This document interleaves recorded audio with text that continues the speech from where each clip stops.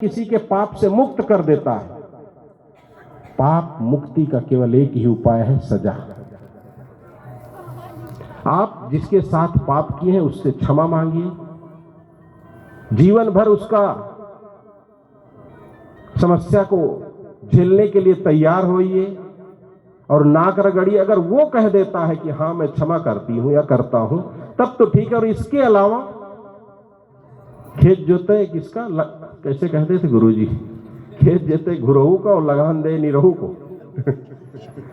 मतलब पाप कहीं और किए और क्षमा मांग रहे कहीं और दूसरे के घर में। यह है विचार और समझ ना होने का परिणाम। और यही भावना लेके हम अपने इष्ट को बदनाम करते हैं, नाम नहीं करते हैं। सिंपल सा आदमी, सामान्य सा आदमी कहता है कि इस दुनिया को भगवान चला रहा है, लेकिन इसके पीछे वो ये नहीं जानता है कि मैं ये कह रहा हूं कि हमारा भगवान बलात्कार करवा रहा है, हमारा भगवान चोरी करवा रहा है, हमारा भगवान बम फोड़वा रहा है। मंच पर बैठ के कहते हैं कि हरि के इच्छा के बिना एक पत्ती भी नहीं हिलती है। तो नक्सलियों के बंदूक से गोली कैसे निकलेगी? ये तो बड़ा मेला है, छोटे मेले में हम लोग रहते हैं, हर साल मेला लगता है। एक महात्मा आए, ऐसे कुछ चर्चा होने लगी माघ मेले में। 1-2 साल पहले की घटना है। अपना कैंप त्रिवेणी रोड पर लगता है, यहाँ से लगभग 4.5 या 5 किलोमीटर आगे मेले में ही एक महात्मा आए, कहे आप लोग प्रभु को नहीं मानते, भगवान को नहीं मानते। हम कहें आप वजह बताइए, हम मानने को तैयार हैं। कहे कि अब आप मानिए या न मानिए, चला तो ईश्वर ही रहा है सब दुनिया को, उसके इच्छा के बिना यहाँ एक पत्ती भी नहीं हिलती है। मैं कहा आपकी बात 100% नहीं 200% सही है, लेकिन आप केवल जो आप कह रहे हैं ना, इसी को 1 मिनट मान लीजिए। बस आप इतना मान लीजिए कि ये मेरा हाथ ईश्वर की इच्छा से हिल रहा है और एक झापड़ में मैं आपको मारना चाहता हूं। इतना ही स्वीकार लीजिए आप बस कि मेरा हाथ आपके गाल पर लगा और ये मेरी इच्छा नहीं, ईश्वर की इच्छा से लगा। आप कुछ मत बोलिए, तैयार हैं आप? एक पत्ती भी नहीं हिलती है ईश्वर की इच्छा से, मेरा हाथ कैसे हिलेगा? वो कहे नहीं, ऐसे कैसे होगा? आदमी कहता क्या है, करता क्या है, उसे खुद पता नहीं है। वो रंग तो चढ़ा ही नहीं ना जो जीवन में चढ़ना चाहिए।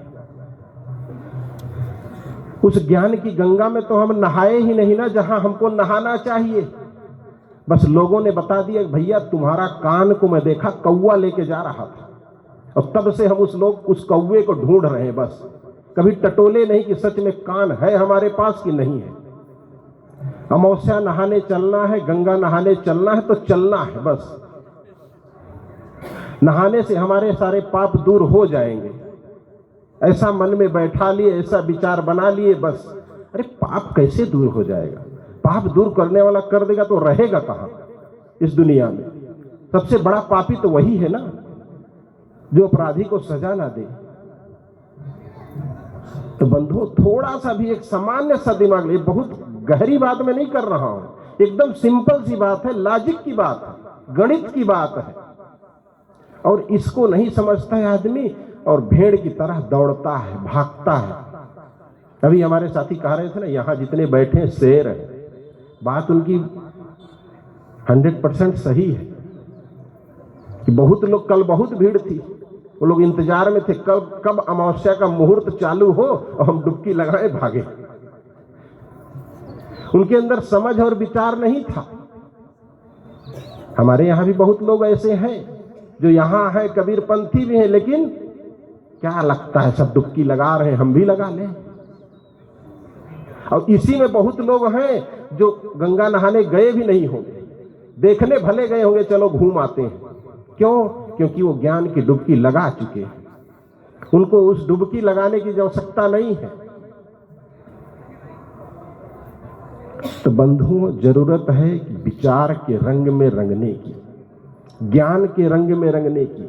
इस जीवन में जब तक ज्ञान का रंग नहीं चढ़ेगा, दया, क्षमा, धीरज, शील, विचार, सद्गुणों का रंग नहीं चढ़ेगा, तब तक ये जीवन जीवन नहीं, केवल एक हम अपने इष्ट को कहते तो हैं कि हम इष्ट को मान रहे हैं, लेकिन मान नहीं रहे, उसको गाली दे रहे हैं, उसका अपमान कर रहे हैं।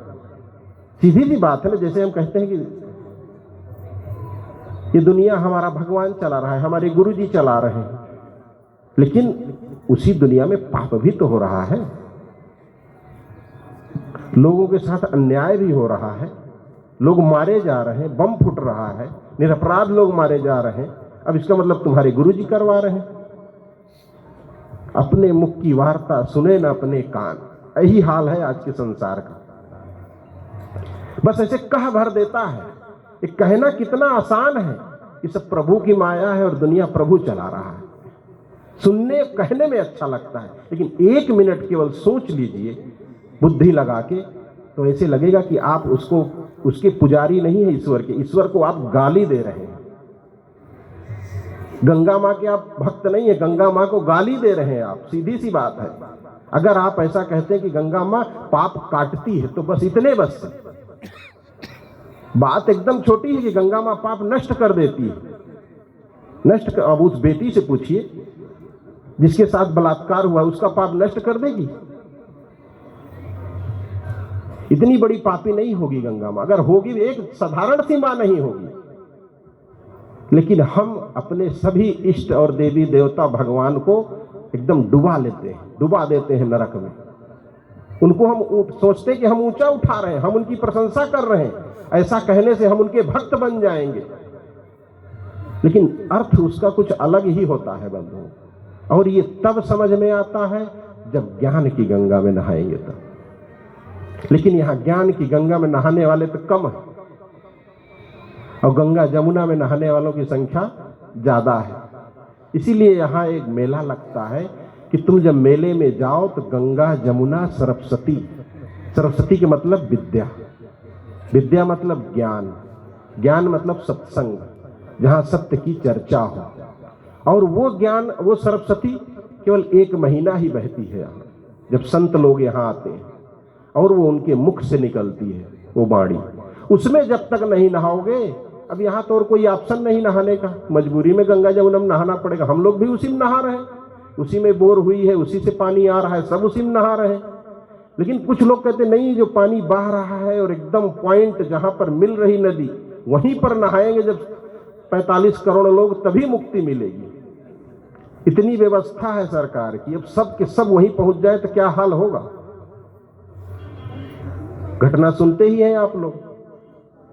तो बंधुओं, जरूरत है कि ज्ञान के रंग में रंगे, सरस्वती में भी नहाए कभी, और अपने जीवन को बदलें।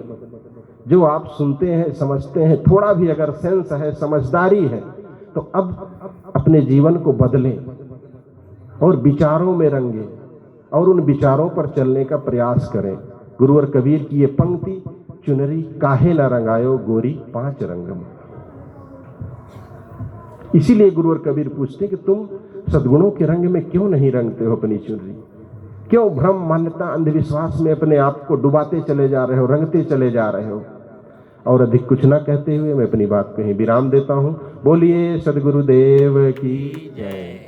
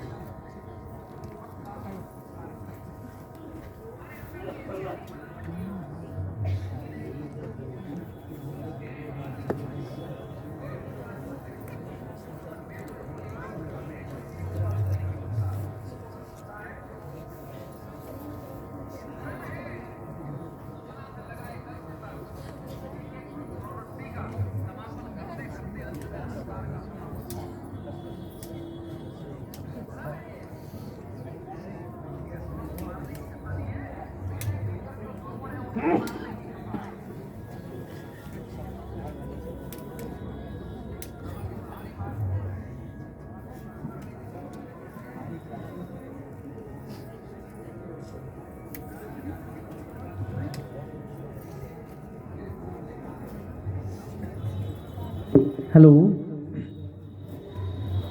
बढ़िया अवसर है। माइक लगते तक जो लोग बाहर जाना चाहते हैं बाहर चले जाएं, या साहब साहिब अंदर आने वाले अंदर आ जाएं। ठीक है।